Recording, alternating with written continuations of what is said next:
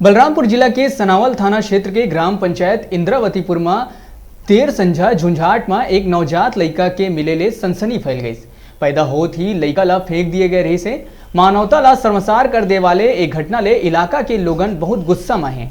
चरवाहा के नजर जब एमा पड़ीस तो वह लड़का ला उठा के गाँव ले आईस और एक महिला ला दे दिस जेकर कोनो संतान नहीं रहीस। महिला ओ नवजात ला लेके सनावल थाना पहुंची, जेकर बाद पुलिस डॉक्टर बुला के नवजात लड़का के इलाज करवाईस। एक बाद लड़का ला चाइल्ड लाइन बलरामपुर के सुपुर्द कर दे गई। फिर लड़का ला चाइल्ड लाइन में लाए के बाद एक अजीब से स्थिति पैदा हो गई। चाइल्ड लाइन लड़का ला अपन कब्जा में ले ली, जेकर बाद महिला और ओकर परिजन मन जम के हंगामा करें।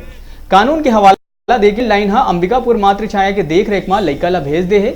कानून के बने कायदा के चलत फिर एक ममता हार गई। ये पूरा मामला में एक कति जी मानवता शर्मसार हुई तो वही दूसर कति इंसानियत जिंदा है कि मिसाल देते हुए दूसर महिला लड़का ला अपनाए बर तैयार रहे। फिर कानून के बंदिश के चलते एक माँ के कोराहा सुनना रह गया।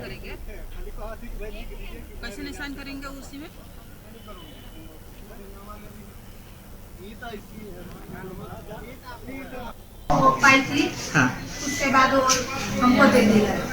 फिर मैं हॉस्पिटल गई, वहाँ सनावल, वहाँ पर सब हुआ, देखो थाना में हुआ। इसके बाद फिर सुबह शाम को ले आए घर। शाम के बाद फिर सुबह 10-11 बजे गए थाना में। फिर वहाँ सनावल हॉस्पिटल में गए, वहाँ से फिर यहाँ उन्होंने बताया कि तुम्हारा बच्चा नहीं है, तुम लोग पूछना बोल दो। हाँ। ये कहाँ मिला था उनको? जंगल में मिला था। अच्छा। वहीं पर ऐसे ही जिस पे सुता है? कोरिया का पत्ती। अच्छा। अभी तो क्या चाहते हैं आप लोग? हम लोग इसको गोद लेना चाहते हैं।